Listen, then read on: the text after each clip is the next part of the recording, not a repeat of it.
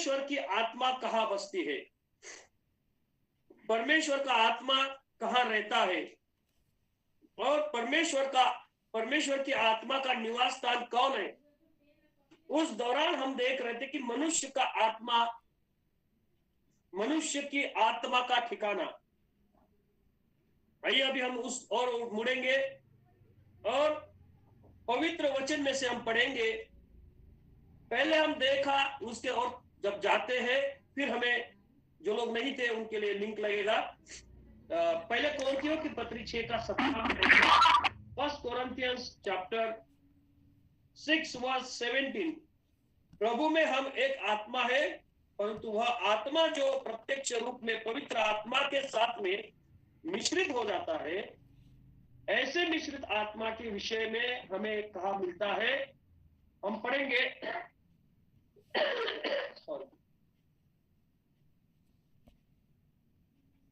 पहला कोरिन्थियों की पत्री 6:17।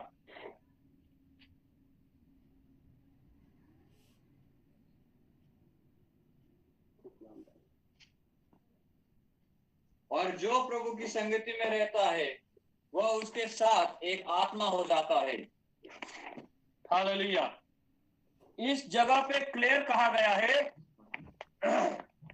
जो प्रभु के संगति में रहता। लास्ट टाइम हमने देखा कि यदि हम प्रभु के संगति में रहते हैं तो हम एक आत्मा बन जाते हैं। अब हम यदि तो अभी मनुष्य की आत्मा का ठिकाना कहाँ है, सवाल है। कई बार हम ऐसा सोचते हैं कि हमें प्रभु की आत्मा चलाती है, हम प्रभु की आत्मा में चलते हैं, प्रभु की आत्मा हमें आशीष देती है, लेकिन हमारे साथ प्रभु का आत्मा कैसे कार्य करता है, यह सबसे अहम बात है। हमारे जीवन में प्रभु का आत्मा कैसे काम करता है, यह हमें देखना बहुत जरूरी है। यदि हम और पवित्र आत्मा हमारे साथ है तो हम किस परिस्थिति में रहते हैं। इफिसियों की पत्री 4:6 हम पढ़ेंगे। Ephesians chapter 4:6।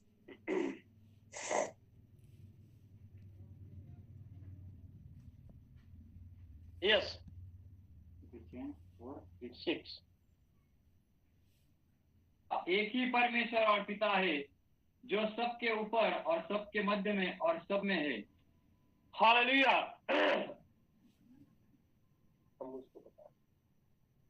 हम लास्ट टाइम देखे थे, तब ये देखा था कि हमारा सबका एक ही बाप है, चाहे वो हिंदू हो, मुस्लिम हो, सिख हो, ईसाई हो, कोई भी धर्म से हो।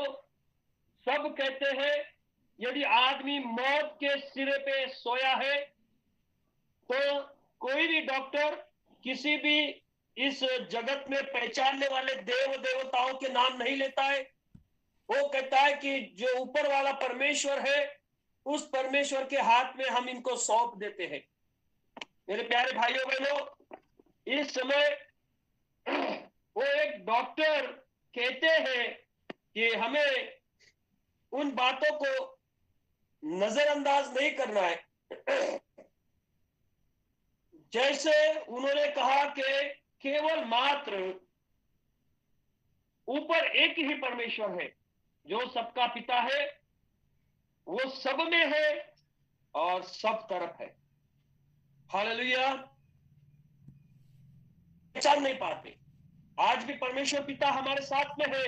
और देखिए, हम जब इस वचन में से देखते हैं कि मनुष्य के भीतर कौन सा आत्मा है, तो हम देखा कि यह शरीर है जो बाहरी आंगन है, और देखा कि जो हमारा मन है वो पवित्र स्थान है, और जो हमारा आत्मा है जो हमारे भीतर वास करता है वो परम पवित्र स्थान है। हालेलुया।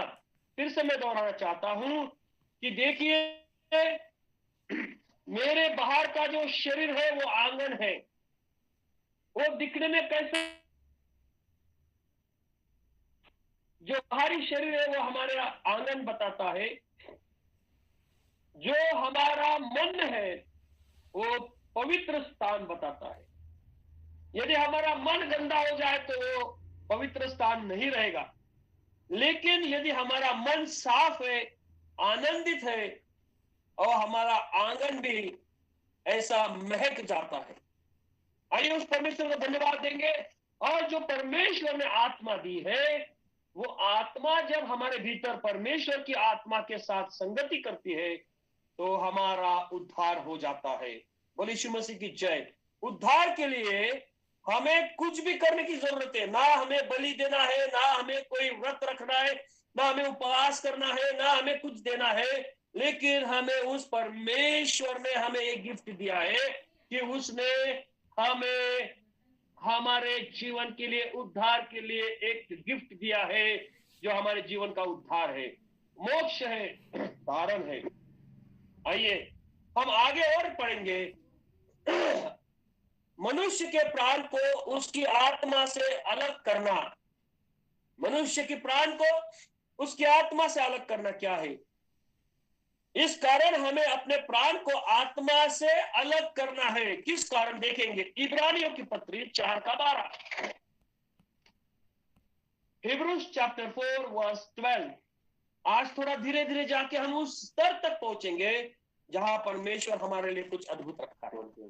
या क्योंकि परमेश्वर का वचन जीवित और प्रबल और हर एक दोधारी तलवार से भी बहुत चौका है, और प्राण और आत्मा को और गांठ गांठ और गुदे गुदे को अलग करके आर पार छेदता है, और मन की भावनाओं और विचारों को जांचता है। यहां तक हमने देखा था केवल आत्मा को ना अग्नि जला सकती है, ना उसे वायु बहा के ले जा सकता है, ना पानी उसे डुबो सकता है, उसे कोई भी खत्म नहीं कर सकता।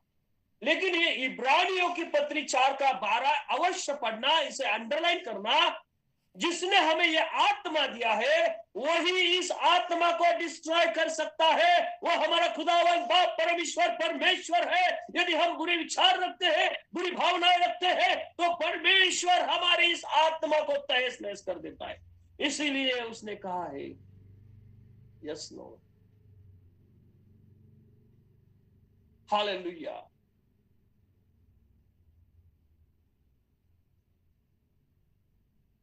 भगवद गीता में ऐसा लिखा है, आत्मा को आग जला नहीं सकता, पानी बुझा नहीं सकता, वायु उसको धो के नहीं ले जा सकता। लेकिन ये पवित्र शास्त्र में भी लिखा है। मेरे भाई, मैं खुद इसमें से देखा। और एक विशेष वैज्ञानिकों ने मरते हुए आदमी की देह को एक कांच के पूरे पैक ऐसे स्क्वायर में, क्यूब में रखा, बर्तन में रखा, चारों ओर उसके कांच जैसे एक्वेरियम में रहता है, और उसके अंदर की सारी वायु निकाली। जो आदमी मरने वाला था, पूरा पैक कांच में उसको रख दिया। जैसे ही वो मर गया तो आत्मा कैसे जाता है देखने के लिए वैज्ञानिकों ने ये प्रयोग किया था। तो जिस समय वो आदमी, उसकी आत्मा उसकी देह को छोड़ के निकल गई, तो वो जो कांच था उसको क्रैक हो गया। तो इतना बल संपन्न आत्मा था जो उस कांच के इसको कट करके निकल के चला गया।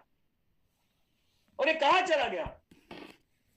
जेनेसिस में लिखा हुआ है कि परमेश्वर ने मनुष्य के नथनियों में सांस फूका, जीवन का प्राण फूका, और वो जीवित मनुष्य बन गया, प्राणी बन गया।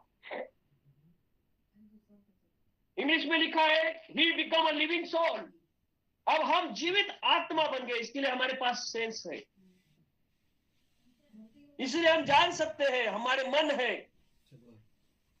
लेकिन वो कुत्तों के पास, जानवरों के पास आत्मा नहीं है। उनके पास शरीर है, जीव है, मतलब प्राण है, आत्मा नहीं है। यदि उनके पास आत्मा होती तो वो आत्मा से और सच्चाई से हमारे से भी ज्यादा अच्छी आराधना कर सकते थे। तो आप कहेंगे कि भाई वो जब दिखाते हैं सर्कस में हाथी घूमता है, पूजा पाठ करता है, नारियल तोड़ता है, फूल चढ़ाता है, वो उसको ट्रेनिंग दी गई है। आज भी कलीसिया में बहुत से लोग ट्रेंड है, लेकिन उनको आत्मा नहीं है। उनका आत्मा खुद उनका आत्मा है, लेकिन उनका आत्मा पवित्र आत्मा या जी उठा हुआ आत्मा नहीं है। आगे हम पढ़ेंगे, आगे जाएंगे, उसी इब्रानियों की पत्रिका 4 का 9 और 11 आयत में हम पढ़ेंगे। जान लो कि परमेश्वर के लोगों के लिए सब्त का विश्राम बाकी है, क्योंकि जिसने उसके विश्राम में प्रवेश किया है उसने भी परमेश्वर के समान अपने कामों को पूरा करके विश्राम किया है। हालेलुया। इसलिए जब इंसान मर जाता है तो वो इंसान मरने के बाद में सब लोग कहते हैं वो उसको रखने के पहले विश्राम स्थान एक जगह रहती है, मराठी में उसको विसावा कहते हैं, हिंदी में उसको विश्राम स्थान कहते हैं, कि उसको सिमेंट्री या उसको उधर जाने के पहले उसको रोकते हैं, उधर सब लोग उलट पुलट कर लेते हैं, आगे के पीछे, पीछे के आगे। लेकिन ये हमारा विषय नहीं है। जब कोई भी मर जाता है तो हम कहते हैं कि वो विश्राम पाए हुए है। लेकिन प्रभु यीशु मसीह मरे में से जी उठा है, वो विश्राम नहीं पाया, तो वो सो के तीसरे दिन वो जी उठा और उस परम परमेश्वर की दाहिनी ओर बैठ गया। अब जो भी हम उसके ऊपर विश्वास करते हैं तो हम भी उस परमेश्वर परमेश्वर के साथ स्वर्ग में रहेंगे। ये बहुत बड़ी धन्य आशा हमारे लिए है, हमारे जीवन में है। ये पैसों से नहीं खरीदा जा सकता। Doctor 2 lakh 3 lakh heart surgery, open surgery सब कर लेते, पैसा ऐड लेते, पैसा ले लेते, कागज पे साइन लेते और कहते हैं कि ये सब जो मैं कर रहा हूं वो मेरे इच्छा से नहीं, इसके लिए आपकी सहमति है, तो कुछ भी हो जाए तो इसका मैं जिम्मेदार नहीं रहूंगा, ऐसा लिख लेते हैं अपने परिवार के सदस्य के द्वारा। और उसके बाद में वो ऑपरेशन करते, फिर भी मरने के बाद कहते कि हमारे हाथ में कुछ भी नहीं है। लेकिन परमेश्वर खुदावन बाप ने अपने इकलौते पुत्र को भेजा, जिसका नाम यीशु मसीह है।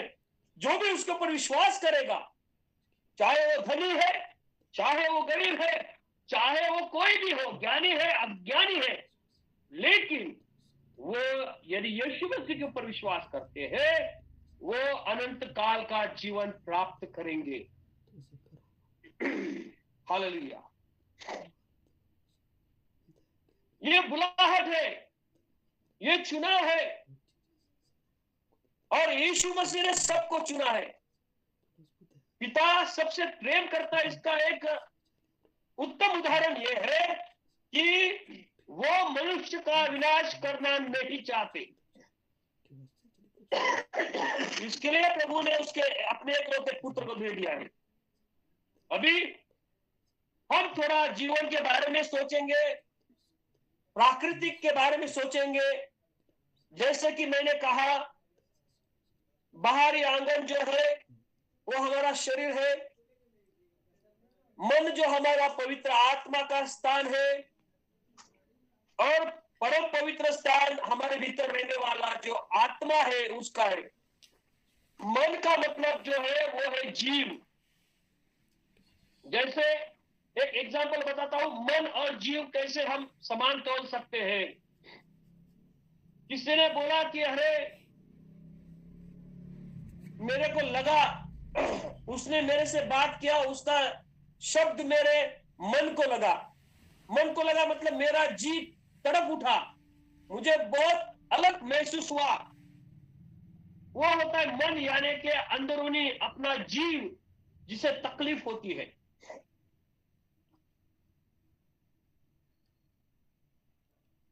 आगे हम देखते हैं, इसी कारण मैंने कहा अब देखेंगे जो मिस्र था, वो मिस्र एक देह की समान था,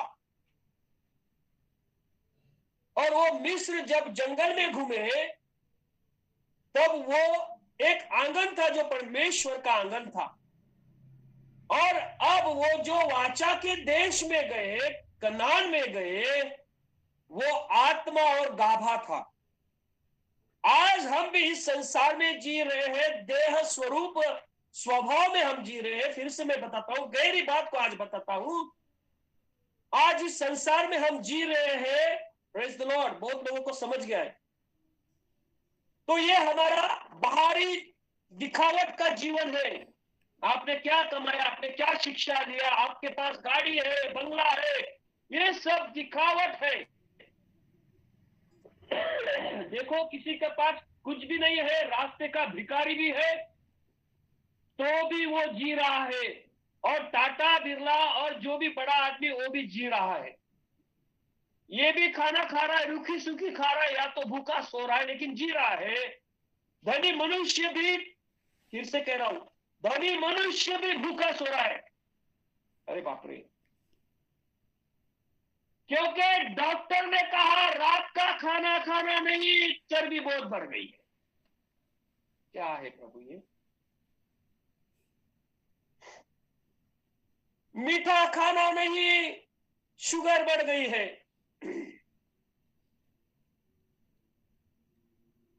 नमक डाल के खाना नहीं, पैसा हो के भी इसने खाना नहीं। और जिसके पास कुछ भी नहीं है, वो तो अपने आप खाता ही नहीं। बैलेंस है, परमेश्वर बैलेंस करता है। धनी के पास बहुत पैसा है तो डॉक्टर को देता है। अरे बाबा, डॉक्टर को देने से अच्छा है जो परमेश्वर के लोग हैं उनको दो। अपना भाई यदि कोई भूखा है तो उसको दो, आपका कोलेस्ट्रॉल निकल जाएगा। कोई सच्चाई से सेवकाई करता है, उसकी सेवकाई को मदद करो, आप भी उसके सेवकाई में शामिल हो जाओगे। घर में 3 बहनें हैं और तीनों बहनें के संसार अलग अलग हो जाते हैं। एक बहन अमीर के घर में दी जाती है, एक बहन मिडिल क्लास में ब्याही जाती है, और एक बहन बहुत ही गरीब रहती है। तो परमेश्वर देखना चाहता है कि यदि आपको दिखने वाले बहन को आप सपोर्ट नहीं करते, वहां पे भी हम हिसाब किताब देखते हैं, तो हम क्या स्वर्ग में जा पाएंगे? लेकिन जो हमारे फ्रेंड है, हमारे जो दोस्त है, उनके पास हम हिसाब किताब नहीं देखते, उनको ऐसे ही देते हैं। क्या यह सही बात है? नहीं। लेकिन हमें पहले हमारे घर से शुरुआत करना है। हमें पहले हमारे माता पिता से प्यार करना है, हमें हमारे भाइयों से प्यार करना है। हमारे घर में पूरा कलेश रहता है, हमारे घर में बहुत ऐसे ईर्ष्या रहती है, हमारे घर में भाई भाई, लेकिन बाहर मसीहत दिखाने के कारण गले मिलके एक दूसरे को चूम के हालेलुया प्रेज़ द लॉर्ड कहते और हम अभिवादन करते, ये सब झूठा है तुम्हारा। पौलुस कहता है कि जो अपने परिवार को पहले संभालेगा वही उसकी कलीसिया को, परमेश्वर की कलीसिया को संभाल पाएगा। पहला स्थान हम हमारे परिवार को देना बहुत जरूरी है। और ये जब तक हमारे मन में नहीं आएगा, तब तक हमारे जुबान में नहीं आएगा, तब तक हमारे दिमाग में नहीं आएगा, तब तक हमारे हाथों से किसी को देने नहीं आएगा। एक भाई ने दूसरे भाई का शर्ट पहन लिया तो गुस्सा हो जाता है, लेकिन एक दोस्त को वो अपना चड्डी भी उतार के दे देता है, पैंट भी उतार के दे देता है। ये कहां का भाईचारा है? शैतान ने 2 भाइयों को लड़ाया, कितना एग्जाम्पल बाइबल में है। धोखा देना नहीं, धोखा देना नहीं है कहते हुए भी याकूब ने एसाव को धोखा दे दिया, मां ने भी झूठ का साथ दे दिया। मुझे क्षमा करो, कई बार माएं बहुत ही लालची हो जाती है और मां का ही नाम 70 होता है, बाप को तो कोई पूछता ही नहीं है। बैलेंस सुना, बैलेंस। बाप नहीं तो बेटा कहां से आएगा? मां अकेली किसी को पैदा नहीं कर सकती। कई मां अपने बेटों में फर्क करती है, जो उसका मानता है उससे प्यार करती है, जो नहीं मानता उससे प्यार नहीं करती है। ऐसा कई शहरों में, कई गांवों में, कई देशों में हम पाते हैं। लेकिन मेरे प्यारे भाइयों बहनों, बाप कभी भी किसी में फर्क नहीं करता, इसलिए उसे पिता कहते हैं। उसे हर बच्चों के लिए वो कष्ट करता है। खाना बनाने का काम माँ का होता है, पिता का नहीं होता। पिता कमाई करने के लिए सारे परिवार के लिए श्रम करता है, और पिता कभी ऐसा नहीं करता। जो भी कमा के लाता है पूरे परिवार को वो देता है। लेकिन देखो, हम हमारे भीतर दोनों के लिए अलग अलग कुछ बनाना चाहते हैं, और माँ कहती है मेरे ये बेटे को ये अच्छा लगता है, छोटे को ये अच्छा नहीं लगता। बैलेंस करो, हम बैलेंस नहीं करते। उसी दिन से हम दोनों के भीतर एक बड़ी दरार डालने की कोशिश करते। क्षमा करना, मैं माओ को कोस रहा नहीं, लेकिन हमें विचार बदलना चाहिए, हमारे भीतर का आत्मा जो है बदलना चाहिए। और ये बाइबल की कहानी है। बाइबल में देखो, जब एसाव को, याकूब एसाव का नाम लेके अपने बाप को फंसाता है, कहता मैं एसाव ही हूं, देखो मेरे हाथ देखो छू के। क्यों? आशीष पाने के लिए। क्या आशीष थे वो? आर्थिक और आत्मिक। आपको अगर आशीषित होना है तो मेरे प्यारो, किसी के मन को दर्द मत दो। उनके मन के अंदर से निकले हुए अच्छे शब्द आपको आशीष का कारण बनेंगे। इसके लिए मैं आशीष देता हूं, दूधो लाओ पूतो फलो। किसी के मंदिर तोड़ो, मस्जिद तोड़ो, मगर किसी का दिल मत तोड़ो, किसी के मन को ठेस मत पहुंचाओ। कई बार लोग अपने खुद के बर्ताव के कारण ठोके जाते हैं और दूसरों को दोष देते हैं। लेकिन हमारा बर्ताव ऐसा होना है कि हमें कोई भी दोष ना लगाए, ऐसा हमारा जीवन जीना है। ये कब हम जी सकते हैं? जब हमारे भीतर उस पवित्र आत्मा का वास रहेगा और हम परमेश्वर के साथ जुड़े रहेंगे, हम आशीषित होएंगे।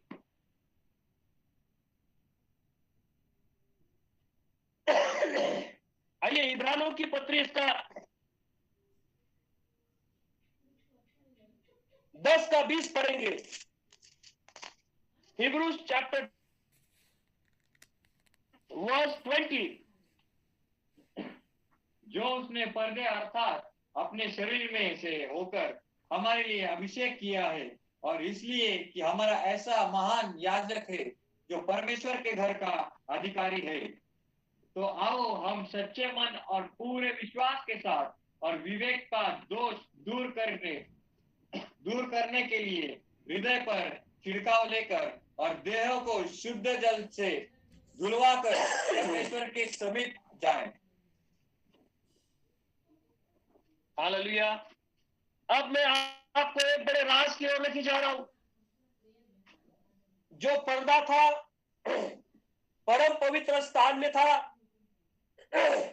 यीशु मसीह के उस क्रूसिफिकेशन के बाद, उसको उस सूली पे चढ़ाने के बाद, वो जो पर्दा था वो नीचे से ऊपर की ओर फट गया, और पवित्र स्थान में से परम पवित्र स्थान हमारे लिए खोला गया। इस मिट्टी से हम बने हैं। यीशु मसीह मारा गया देह के द्वारा, और जब उसे उस कब्र में डाला गया तो उसके ऊपर बड़ी धौंड, बड़ा पत्थर लगाया गया। आज मैं आपको कहना चाहता हूं मेरे प्यारे भाइयों बहनों, वो पत्थर मतलब हमारे जीवन के सारे उस पाप को दर्शाता है, सारे हमारे बंधुआई को दर्शाता है, सारे हमारे आशीष को रोका गया है। लेकिन यीशु मसीह खुदावन बाप का बेटा मरने के बाद, संसार में आने के बाद उस सूली पे लटकाया गया, सूली पे मारा गया और उसे गाड़ा गया। लेकिन तीसरे दिन भूमि को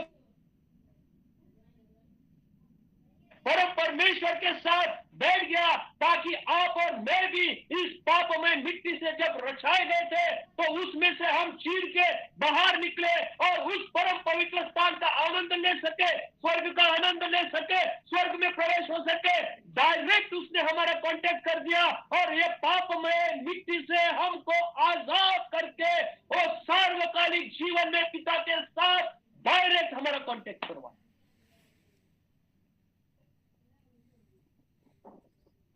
हालेलुया। अब हम स्वर्ग राज्य का जीवन जी रहे हैं। अब सब कहो, हम स्वर्ग राज्य का जीवन जी रहे हैं।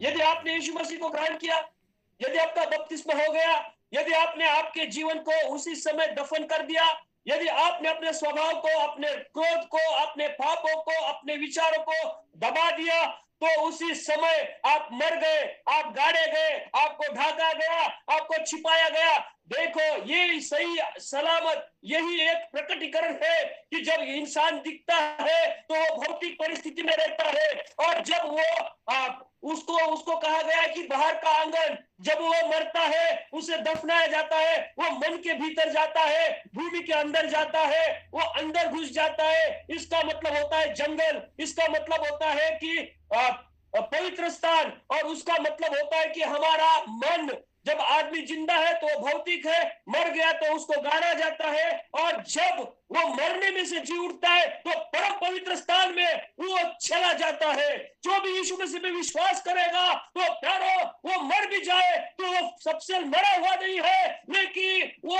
उस सामर्थ्य के द्वारा, पिता के द्वारा, जैसे यीशु मसीह को जी उठाया, मरने में से उठाया, उसी समान जो भी उसके ऊपर विश्वास करेगा, वो भले ही किधर भी मर जाए, लेकिन उसको उठाया जाए। हालेलुया। इतने धनी हम बन गए, पैसे से नहीं। डॉक्टर पैसा लेके सॉरी बोल देता है, लेकिन आप सॉरी बोलेंगे पिता के पास, वो आपको धनी बना देगा। लेकिन वही हमको आता नहीं, क्षमा करना हमें आता नहीं है। हमें मरना बहुत जरूरी है, मरने के बाद हमें जी उठना भी बहुत जरूरी है। जब तक कि हम इस दुनिया में, इस संसार में मरेंगे नहीं, तब तक कि हमको परमेश्वर उठाएगा नहीं। यदि आपको धनी बनना है, यदि आपको रईस बनना है, यदि आपको एक अच्छा नागरिक बनना है, यदि आपकी गवाही अच्छी रहनी है, तो आपका पुराना स्वभाव, आपका पुराना जीवन, इसको आपको मारना ही पड़ेगा। जब आप इसमें से मर जाओगे, तो वो खुदावंद बाप का सामर्थ्य है, जिसने उसके बच्चे को उठाया और उसके बेटे को उठाया, वैसे वो आपको भी मरे में से जी।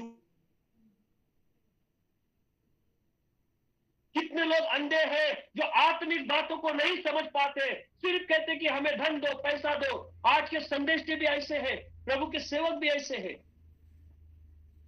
वो सिर्फ धन के विषय में कहते, लेकिन पश्चाताप के विषय में, पाप के विषय में और अपने मन फिराने के विषय में बहुत कम बात करते हैं। और उस जगह पे भीड़ बहुत कम रहती है जो सच्चाई से वचन बताते हैं। लेकिन जो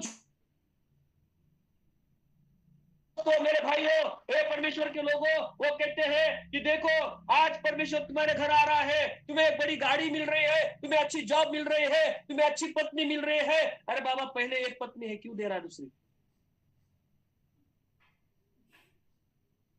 पहले हमारा जो आत्मिक जीवन था, आत्मिक जीवन का स्तर क्या था? जब हम पवित्र आत्मा में चलते थे। देखो हनन्याह और सफीरा के जीवन के बारे में, जब वो पवित्र आत्मा में चल रहे थे तो उन्होंने पवित्र आत्मा के साथ धोखाधड़ी की और वो मर गए। आज भी हम पवित्र आत्मा के साथ धोखाधड़ी करते हैं, इसके लिए हम मरे हुए हैं। हम पैसे कमाते हैं, नौकरी में जाते हैं, हम बहुत धन कमाते हैं, लेकिन हमें कुछ भी उसका फायदा नहीं है, क्योंकि हम पवित्र आत्मा को फंसाते हैं, परमेश्वर के लोगों को फंसाते हैं और परमेश्वर के लोगों से झूठ बोलते हैं, परमेश्वर से झूठ बोलते हैं। इस कारण हम मर गए हैं। इस कारण हम कितना भी प्रार्थना करें, हमारी आर्थिक व्यवस्था कभी भी सुधर नहीं सकती, हमारे मनों में शांति नहीं आ सकती, हम हमारे दिलों में आनंदित नहीं हो सकते, क्योंकि हम मर चुके हैं।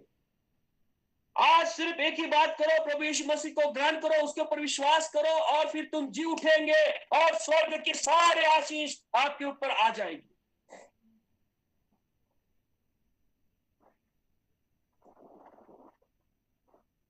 और कहते कोई बड़ा प्रवक्ता आएगा, कोई भविष्यवाणी करने वाला आ जाएगा, वो हमारे विषय में भविष्यवाणी करेगा। सब लोगों को आशा है, विधर्मी हो धर्मी हो। कल मुझे एक सिस्टर का फोन आया, भैया वहां पे सब पास्टर्स आते, वो मेरे को पूछ रहे, मेरे को हंसी आ रही थी। उसने मुझे फोन करके पूछा, वो ऐसा कोई ब्रदर है क्या, ऐसा कोई पास्टर है क्या जो आपके पास में आते हैं, जो बताएंगे, भविष्य बताएंगे कि ये बेटी का विवाह क्यों हो रहा है, क्यों अड़चन आ रही है, और इनके व्यवसाय में क्यों अड़चन आ रही है, मुझे बोल रही हो। उसको क्या मालूम। मुझे पूरा यीशु मसीह का वो वाकया याद आया, जो शमरोनी स्त्री यीशु मसीह के पास बैठी है और यीशु मसीह उसको पानी मांग रहा है। ये औरत को मैं बोला, अरे तेरे को मालूम होता तू किसको बात कर रही है, तुझे तभी उत्तर मिल जाता। हालांकि वो सिस्टर मुझे बहुत अच्छे तरह से जानती।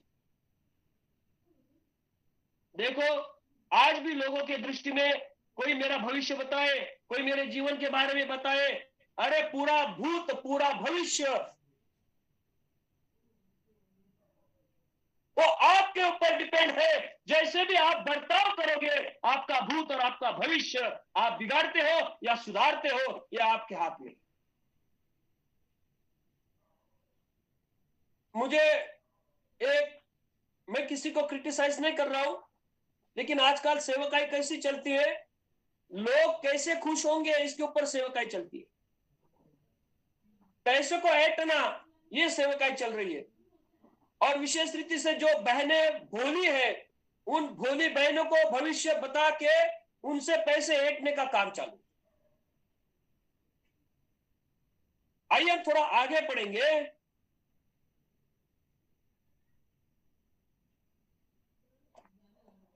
Hallelujah, praise to Jesus.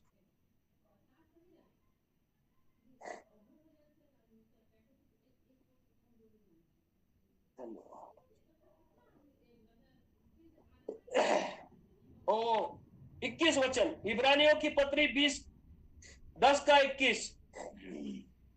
और इसलिए कि हमारा ऐसा महान याजक है जो परमेश्वर के घर का अधिकारी है, तो आओ हम सच्चे मन और पूरे विश्वास के साथ और विवेक का दोष दूर करने के लिए हृदय पर छिड़काव लेकर और देहों को शुद्ध जल से धुलवाकर परमेश्वर के समीप जाए। Hallelujah, hallelujah. फिर से धीरे धीरे पढ़ेंगे। हम हमारे हृदय को साफ करना बहुत जरूरी है। पवित्र आत्मा का छिड़काव नहीं, बल्कि पूरा हमको उसके अंदर बह जाना चाहिए। फिर से पढ़ो एक बार। और इसीलिए कि हमारा ऐसा महान याजक है जो इसीलिए कि हमारा ऐसा महान याजक है। आज इस कलीसिया का, अपने हर एक कलीसिया का पास्टर, उस कलीसिया का पिता, उस कलीसिया का मस्तक है।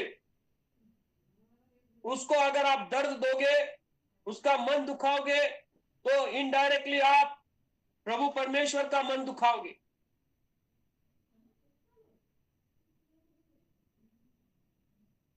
इब्रानियों की पत्री, ये मैं सिखा रहा था, बहुत लोग उस पे से बुरा लगने लगा। मेरे ख्याल से इब्री 7:8 है। पढ़ो, इब्री 7:8 पढ़ो जरा।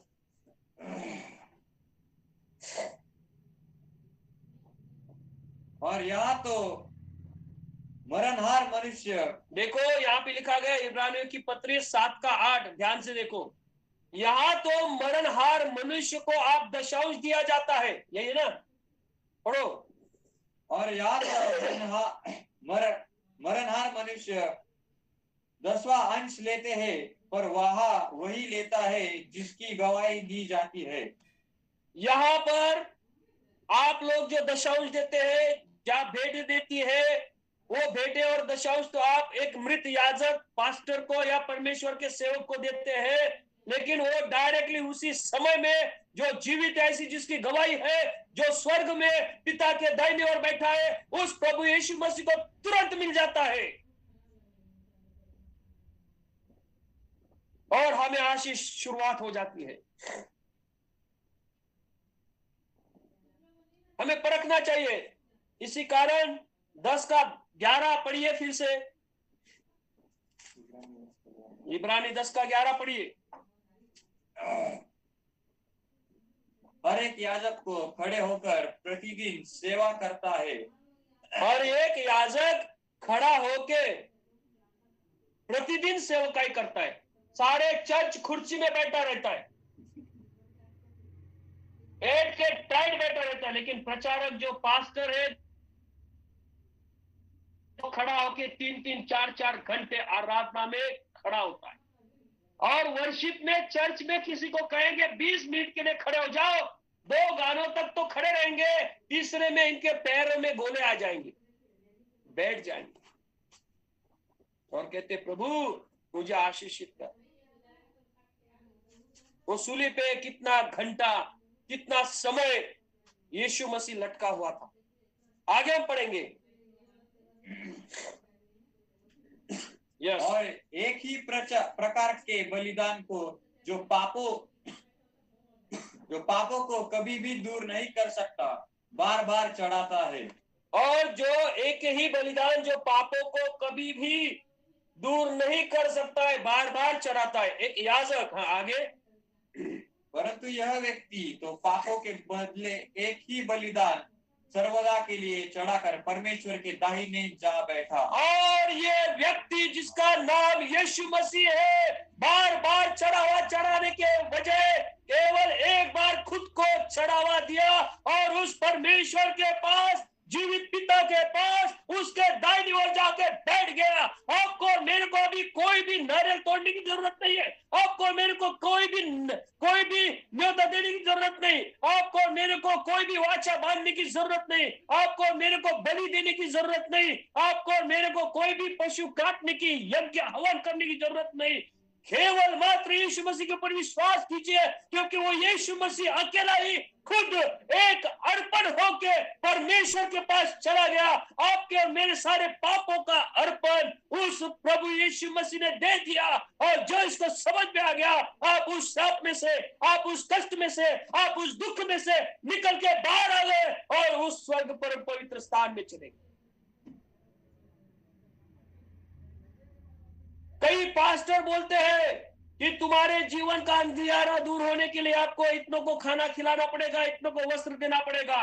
पुजारी कहता है कि ये हवन करना पड़ेगा, वो आपको बलि देना पड़ेगा। और शहर में, गांव में अलग अलग लोग कहते हैं कि आपको उस परमेश्वर को खुश करने के लिए बलिदान चढ़ाने पड़ेंगे। लेकिन वो भेंटे और बलिदान आप संतोष से दीजिए, सूझ बूझ के दीजिए, ज्ञान के द्वारा दीजिए। और ऐसे अज्ञान होकर कहीं पे भी आप कुछ भी चढ़ाओ मत, क्योंकि आपके लिए एक बलि दे दिया गया है जो खुद अपने देह को मार के चला गया है, वो हमारा प्रभु यीशु मसीह है। हालेलुया। अभी हमें कुछ बलि देने की जरूरत नहीं।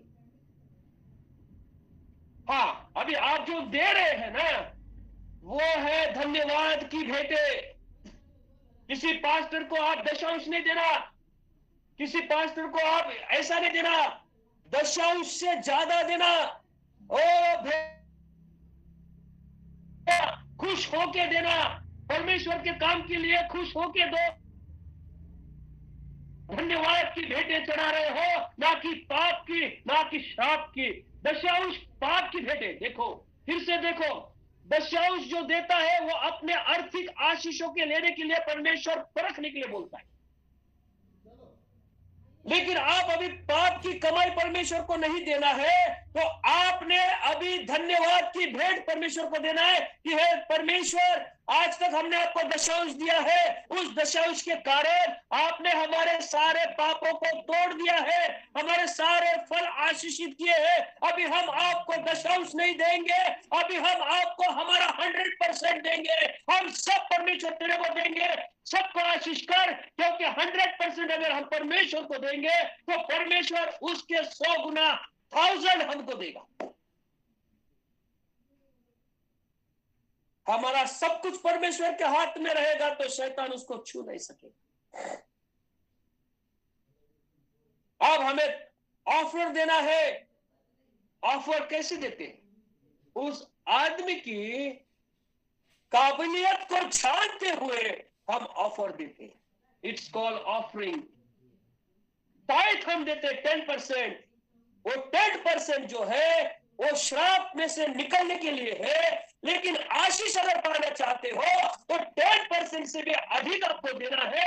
आपका समय भी परमेश्वर को अधिक देना है, आपके हर एक विषय को परमेश्वर को अधिक देना है, आप आशीषित हो जाए। अगले विषय की शुरुआत करते हुए मैं यहां पे रुकना चाहता हूं। भीतर रहने वाली आत्मा की कुंजी, ये मैं बताना चाहता हूं। हमारे भीतर जो आत्मा रहती है उसकी कुंजी क्या है, ये मैं बताना चाहता हूं। रोमियो की पत्री उसका 8वां अध्याय वचन 2 से आगे हम पढ़ेंगे और यहाँ पे हम रुकेंगे। रोमियो की पत्री 8 का 2। क्योंकि जीवन की आत्मा की व्यवस्था ने मसीह यीशु में मुझे पाप की और मृत्यु की व्यवस्था से स्वतंत्र कर दिया। हालेलुया। यहाँ पे एक कुंजी है। यीशु मसीह के आत्मा ने मुझे पाप की और मृत्यु की जकड़ में से बाहर निकाला, वो कुंजी ली है और हमें स्वतंत्र कर दिया। हालेलुया। इस वचन को मनन करेंगे। मैं आपको एक होमवर्क देना चाहता हूं। रोमियो की पत्री 8 उसका पहले वचन से 9वें वचन तक, 10वें वचन तक आप घर में पढ़ो और अगले गुरुवार को हम मिलेंगे। तब तक के लिए प्रभु को मैं धन्यवाद देता हूं और मेरे लिए प्रार्थना करो। मैं गवाही बताना चाहता हूं, इन दिनों में मैं ये बहुत आपको सिखा रहा हूं। मैं खुद आशीष हो रहा हूं। परमेश्वर सारे आर्थिक आशीषों को मुझे दे रहा है।